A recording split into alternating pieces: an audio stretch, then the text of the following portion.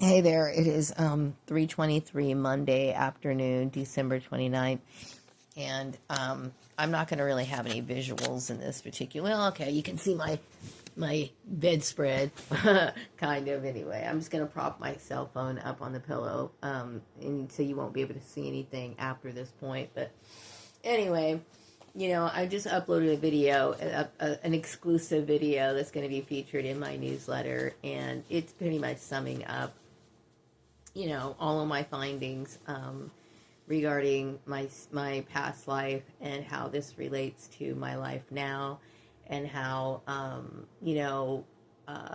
I've dealt with these sort of issues throughout my past life with dealing with bullying and me being a person who was victimized by people throughout history. So and I think it's a very odd topic. I find it very unusual because, I'm dealing with past lives, which when you think about it, growing up in my, for example, my household, okay, I would talk about this subject of the possibility of people living before the topic of reincarnation, And I know that I was discouraged from having those sort of conversations, and I bet you anything that people within my soul tribe have also been, diverted from bringing up those sort of conversations, okay? So, like I said, it took a lot for people to keep this hidden for so many years, talking about burden babies and their origins and this kind of treatment, people telling you how to treat these particular individuals, it was all a form of mind control. And, I deal with trauma all the time because of the things that these people normalize. What they thought was normal is actually a very traumatic experience for someone like me to go through. Now, I had talked about how, like, in terms of employment, where, like, maybe in the past, I do believe in the past I have been a part of, I had been placed in jobs that might have been Mormon influenced or associated, of course, associated with this cult group that my brother was, or Rashawn was a part of, as well as Jim Culligan.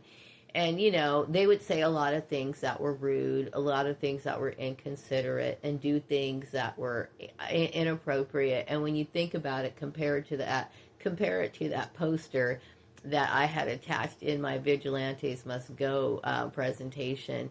They actually contributed to the harassment and the toxic environment, the very toxic environment that I was in, okay? Because, to single people out for their differences creates an environment where people can feel, unwelcomed. But for a lot of people, especially, I would say a lot of Mormon people, who've never really been around other people other than themselves, they do not know how to communicate with them, which they can be a nightmare having to deal with at times, okay?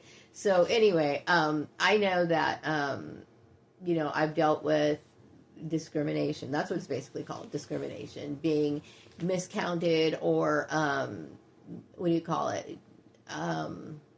Maybe they judge me because they don't wear wigs. Maybe because, but I would say it's very common for a lot of black women to do that. And I'm not Mormon, so I don't adhere to their dress codes and their standards. Okay, but a lot of that's going to vary across religious denominations, which I had discussed. Okay, all I know is that I'm content with who I am, and I'm happy, content with who I am, and I'm content with what I believe in. And I'm disturbed because I have always, believed, in my religious freedom, as well as the respecting of other people's religious beliefs, as long as, of course, if they were not being disruptive. And I know that in this situation, I was dealing with disruption, with people trying to enforce their views on me. And this goes through a lot of different things. Some of it was actually life-threatening, like I feel as though people who have created problems for me financially, that is life-threatening, and I feel very angry that somebody would normalize this, and more than that, that they would actually think that that they were not responsible for what they created. You know what I mean? And this is because they're seeing it from some sort of ideology of where maybe they feel privileged, or maybe they feel like they have some sort of right to do this sort of stuff when in fact they don't. Okay, I'm disturbed by the whole thing. Okay, so you have to understand where I'm coming from, because all I've known throughout my time of working throughout the years, I've only known how to adhere to labor laws. I've only looked at employment opportunities through those eyes. I've never looked at it in terms of a religious view or anything like that. I've always looked at it the correct way, the way that it's supposed to be looked at. Employers are supposed to be in the state of California are supposed to be operating based off of these guidelines. So, of course, maybe you didn't understand how traumatized I was, and I had mentioned this several times.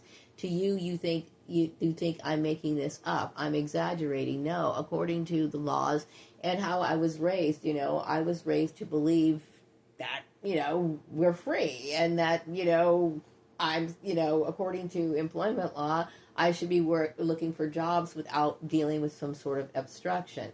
But I know that I've dealt with, this issue of the diversion. I've dealt with being harassed from the kids of 533, regardless of how many times I've expressed my fear and my disapproval of being around the same people who caused me psychological harm.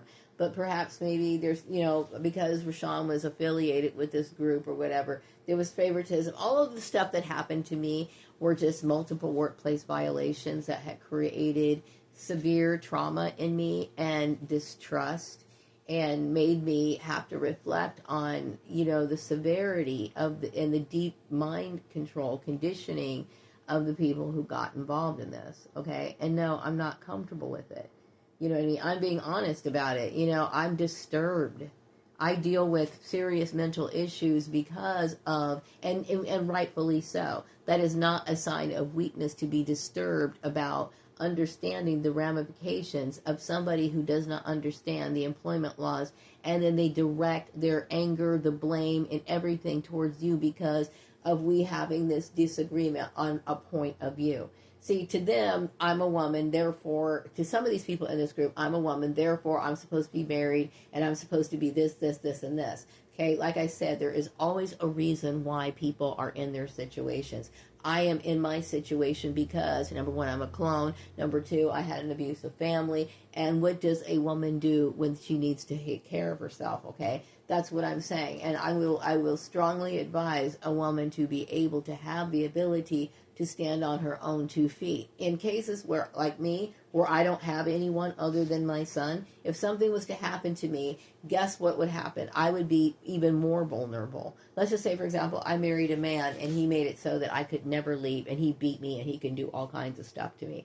So people need the flexibility to be able to stand on their own 2 feet. That is not defiance, it is necessary. Okay, and so for somebody to block that and not understand why it is important for women to be able to do this and their legal rights to do so, okay, and that people didn't understand that and were harassing me over it, threatening me over it, bullying me over it, questioning my morals, my everything, and then doing things that they had no right to do. And so for me, from me experiencing something that I know legally is not supposed to happen, you have to understand from my point of view how disturbed I am. I'm disturbed that something like this could happen. Okay? I'm disturbed that somebody would even operate a business without any knowledge of it. So this is what I'm saying when it comes to perhaps maybe people filing for EINs under certain states, maybe there should be some sort of informational packet on opening businesses and how, and at least the most basic, instructions on how to operate or discuss or communicate with employees. Because I'm going to tell you, the way that the things that people do in the workplace and the things that they try to get away with, has always had a negative effect on people. When I look at the homeless people in this community, you know what I think? They are a result of bad management.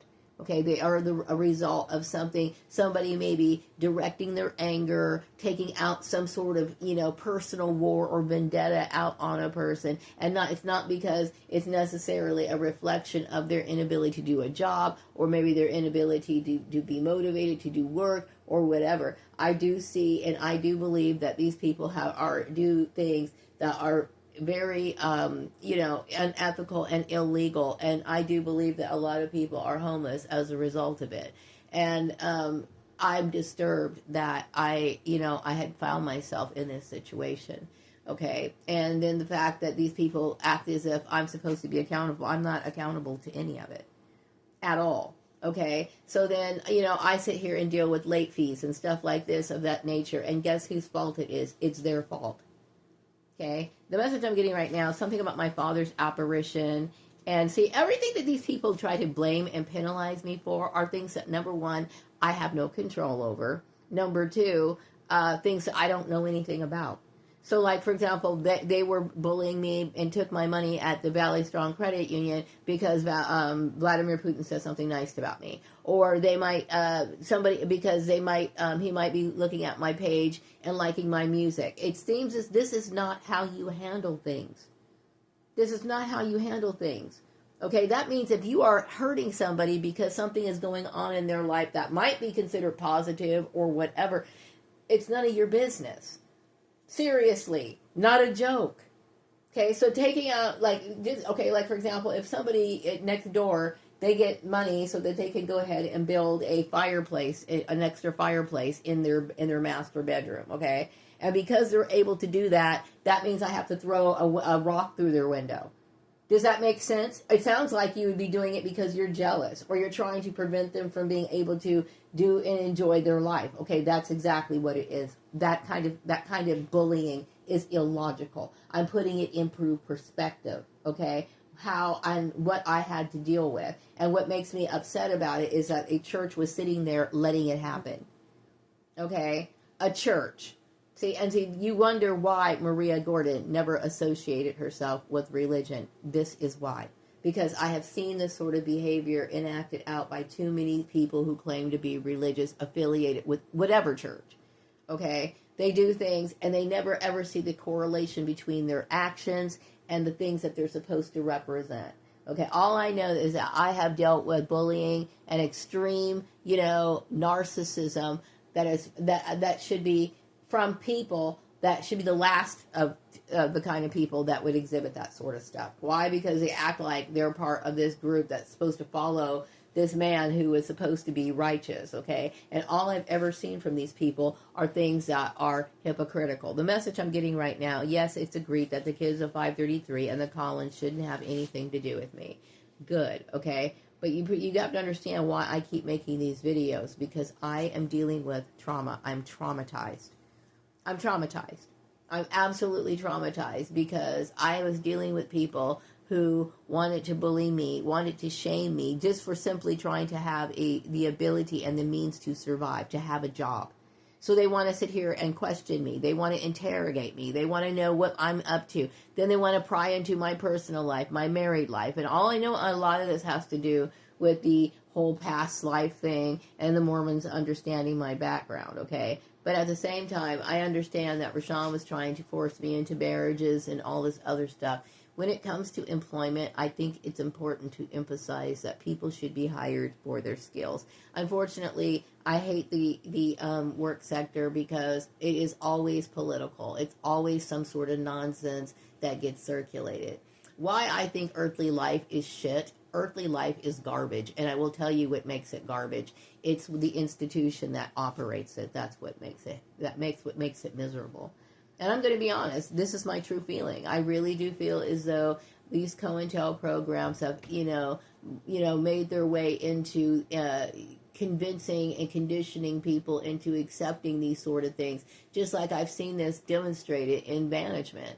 You know what I mean? What is their first thing they do? They want to sit here and always create divisive sides. They want to sit here and create like bullying tactics. They want to sit here and like win. They have division going on within their own departments, and they always have to have some sort of common enemy to focus on. Okay, this is, and yet what I've observed from these people is their output is nothing.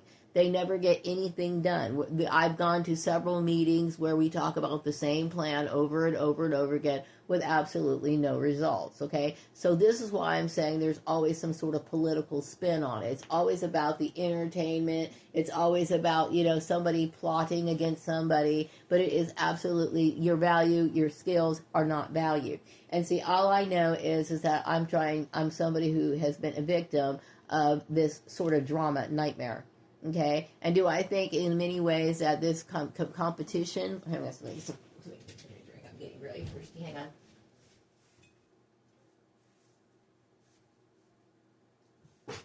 I believe this competition or this sort of treatment towards me is a result of C.B. Berganza, what went on back in C.B. Berganza's days.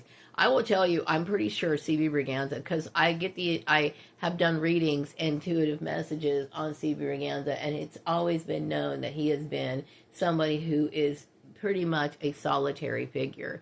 Okay, and I'm pretty damn sure he stayed out of the way of any sort of problems with Mormons. But I believe that Mormons probably picked fights with him, much like they did here with me. Okay, just because somebody, doesn't want to be a part of your religion doesn't mean that they are against it either. Like I said, to me, live and let live. If you choose to live that way, then that's how you live. I'm not threatening you, but you seem to have an issue with me. I cannot appreciate your religion under any circumstances. Okay, so let's just make that clear. Can we get along? Because I'm tired of dealing with your abuse. Okay, and I'm tired of having to, pay the price for everything that you did. And yes, you did this. This is your fault. You need to acknowledge it, okay? That there is some sort of selfishness, some sort of need to bully, and some sort of need to keep an argument going. I want this to be done. I'm tired of having to deal with it, okay? I'm tired of us having to struggle because of something that you thought was okay to do. It was never okay to do, okay? What else do I want to say? Okay, the message I'm getting right now is that there's peace with the LDS Church and in Bakersfield. Yes, me and Vladimir Putin were together in a past life. Okay, I know that it sounds strange, okay? And when I think about the Swan Song Manifesto newsletter, it is about me being a clone. Or you could also look at it as starting off with me coming to dealing with workplace bullying, dealing with the trauma of that, and then me coming into some sense of an awakening, okay? It is different. It is odd, okay? But I think I've been known for such things, okay? Appreciate it for however you want to look at it, okay? I believe that it's my true story, and this is how it is, okay? So I'm recording it, and see, here's the thing. I was deserted, and I'm glad I do not have contact with the kids of 533. But see, what happened to me after Murray Family Farms, nobody would want to account for that, right? All of this to me is very traumatic because I came to understand that for many years, my identity has been held secret from me, and people used this against me because they wanted to set me up for public bullying and some sort of other exploitation. I have come to understand this fact, okay? I mean, otherwise, how else could you explain it? And there is absolutely nobody from my past that's going to come up and explain that. I guarantee it. You know why? Because it's all, covert. Okay, so now I need to go on, and all of these people that were a part of my past, I do not want to see them again, and that's agreed. I'm pretty sure they would not feel comfortable in my presence anyway, because you know why? I would consistently, I would deliberately read into them. And see, I don't make it a point to read into people all the time. You know why? Because if I did, I would probably end up hating them, because I know that they have been conditioned to sit here and create problems for me by these programs. Okay, so I take every day as it comes. If I have to deal with people, then I want to be able to complete my transactions as quickly as I possibly can. I do not want to deal with your bullshit. Okay, because believe it or not, that sort of mind control, it is residual. Okay, even though you know that it's wrong, there's something I do not want to mess with it. So I have to deal with a lot of being very polite, being, whatever, and being very quick and just getting my stuff done and moving on to the next thing. Okay, I do not enjoy social interactions because I was dealing with mind control for a very long time in people who are very, very receptive to their brains are like sponges, okay? And the output to me is always negative. So what else do I want to say about this? Okay. People do realize that, the kind of punishments that I was receiving as CB Braganza, okay, which usually determines what you're going to do in your next life, determines your sex and everything else. I was made into a woman, okay, and according to my readings, okay. And the thing is that, like I said, CB Braganza was very influential. He was very much admired, but at the same time competed against. And the things that I see that they were punishing him for, okay, to me, it's like most people would be like, what in the world? Why would you do something like that? Like, that's not even something you should even punish somebody for. Those are those things you're supposed to aspire to, okay? You're not supposed to punish somebody for being well-dressed. You're not supposed to punish somebody for having gifts that they had. But what it did was it threatened their religious structure. It made them feel as though, oh, well, then you have God's favor. And then they started bullying this person. It's funny. I'm starting to remember conversations that I had when I was younger. And I remember walking home with this Mormon kid. Okay, this Mormon kid was another egghead type kid, right? So I decided to walk home with him, and he was telling me that he believed as a Mormon that Jesus Christ came back to the United States sometime in the 1800s or the early 1900s or something like that. I wonder, was he thinking about me? Now this is strange, but it seems like what happens when I start collecting data, like I start collecting data in my mind, okay? Like I start relating certain situations and conversations that I had. It doesn't matter what year it was, how long it was, whatever. It all starts compiling into my mind and it all starts making sense. And so I understand, and because I am who I am, okay? People have always come to me with loaded questions, or they always came up to me with, with a reason. Okay, like very few of my interactions are like spontaneous, which is what most people would love to have, right? But unfortunately, I've dealt with a lot of setups. So it's usually where, people want to, they sometimes in the past where some people wanted to tell me the entire story. They wanted to tell me that I was adopted, but they couldn't do it. So a lot of times people would just bring up subjects out of the blue. Just bring it up out of the blue, because what they really wanted to tell me was that I was adopted and that they too experienced the same things. Okay. So like, for example, when I was working in Cal City, I met this lady who was a clone. I now understand that she was a clone. She said that her mom gave birth to her and left her at the hospital, okay? Left her at the hospital for her grandmother to come pick up, okay? So she was treated differently than the rest of her siblings, okay?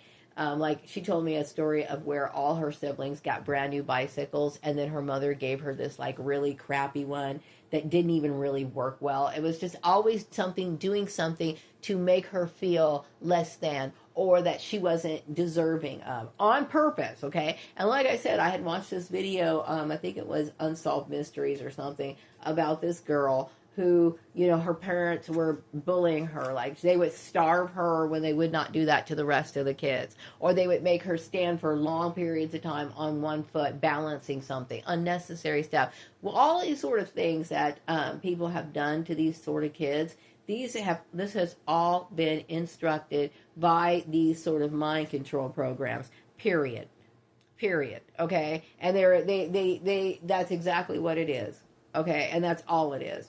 And then they use the churches as covers, is what they did, okay? And what they did was they affected a lot of people, and for the long term, okay? Because like I said, nobody asked to be in this sort of situation, but we got brought into it. No, the only thing that makes it holy is the supernatural events that go on around it. That is what it is, okay? Other than that, it's nothing more than them getting away with something and using churches as a cover, period. Okay? So, what else do I want to say? I'm glad that Vladimir Putin feels my feelings for him. I believe that we have some sort of little telepathic link, okay? And yeah, it does sound strange, okay? But you have to understand what's remarkable about people like us, okay? Is that the soul lives on forever. What's unique about me is that I understand the illumination of my Father's Spirit as well as mine because of our pre-existence. This is why I find it fascinating, because what we are witnessing is something supernatural that is unraveling, that cannot be denied. So it's important to pay attention, okay?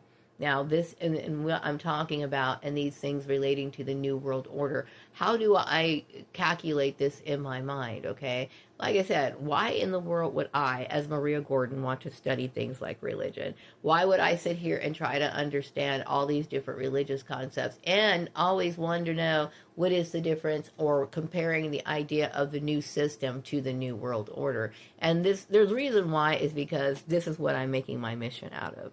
Okay, and this is, I feel like I'm picking up where I left off from C.B. Berganza. Okay, like I must have been putting it together. I understood Nazis. As a matter of fact, I want you to understand that I meditated very deeply on Hitler. Hitler knew who I was, okay, as C.B. Berganza, and Hitler had a lot of respect for me. How is this that you're wondering, did Hitler, as somebody who is a man who propagated Nazism, okay, how is it that he could do this? Let me tell you something about these white supremacist people. There's something that they admire more than anything else, and that's greatness. This is all they are obsessed about. Greatness. I told you I met this lady. She was from, what is, not Germany, but the other place. She was from Austria. Okay. So anyway, she was talking to me. She's like, "Oh, Maria, you're great, Maria." I'm like, I didn't even know what she was talking about at the time, but now I get it. See, I'm a clone that these people knew about for a very long period of time. And yeah, they do. They think it's wonderful. They think my life is filled with these like leaps and bounds, and I'm some superhuman person. Okay, I'm tired of dealing with their bullshit. Really, I am. Okay, because it's not that great. I mean, it's great that I have great skills and stuff like that, but I get tired of people thinking things that, or that, just because I'm strong, that I'm supposed to deal with their bullshit. No, it's not acceptable. It's not acceptable at all. Okay, what else? Okay, so the message I'm getting right now is that it's agreed that the kids of 533 and the Collins shouldn't have anything to do with me.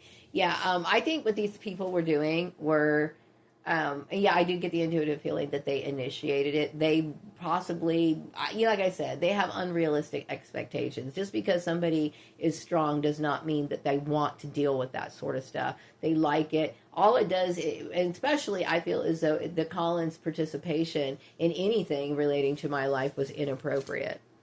Okay, something about Vladimir Putin dealing with depression and loneliness. Something about, oh, okay. What else? Okay, yeah. Okay. Possibly because, he probably dealt with a lot of stuff as a residual effect of him being born in through these sort of type programs, okay? But anyway, yeah, and as far as I know, I'm open to meeting Vladimir Putin at the right time. What else? Okay, this issue relating to societal ignorance, like I said, I do get the feeling that it has been featured on the news, and that people in Bakersfield are accepting of my peace treaty, meaning like, I wish that this would just end. I didn't, I resent it being a part of it in the first place. And okay. Something about this story has a prophetic message. I do believe that it does, okay, and it is very mystical. And, let's see. Okay, yeah, and then people knowing that the kids from 533, as well as the Collins family, were very inappropriate towards me, and they always have been. Even before I fully understood that they were the ones behind my stalking. And that's exactly what it is. It's stalking. And I hope that people will recognize this when it happens to other people. Like I said, there are no pictures in this particular video, so you're just going to have to, listen to it by itself. But oh yeah, I do think a lot of people see what I'm talking about. How people do things and not really understand the reason why they do them. I think a lot of people just either follow what other people say, or whatever. But I hope that now people understand that that's a bad thing to do. They should always question people of authority, not out of defiance, but out of respect for their own public safety. Okay. And like I said, I think what the issue is an issue of morality, and morality in a lot of ways is subjective when you think of it in terms of religion. But when you think of it as a whole, everybody has to abide by the same laws. Just like, when it comes to like the speed limit in the neighborhood, we know that the speed limit in residential neighborhoods is usually 25 miles an hour, right? Well, I can't go down the street, regular residential area, in 55 miles an hour. And anybody who does should get a ticket. That goes for men, women, gay, lesbian, black, white, Mormon, Catholic, Jehovah's Witness, whoever you are, whatever, okay? You, your mom, your cousin, whatever, everybody gets penalized the same way. And they should all understand that rule, okay?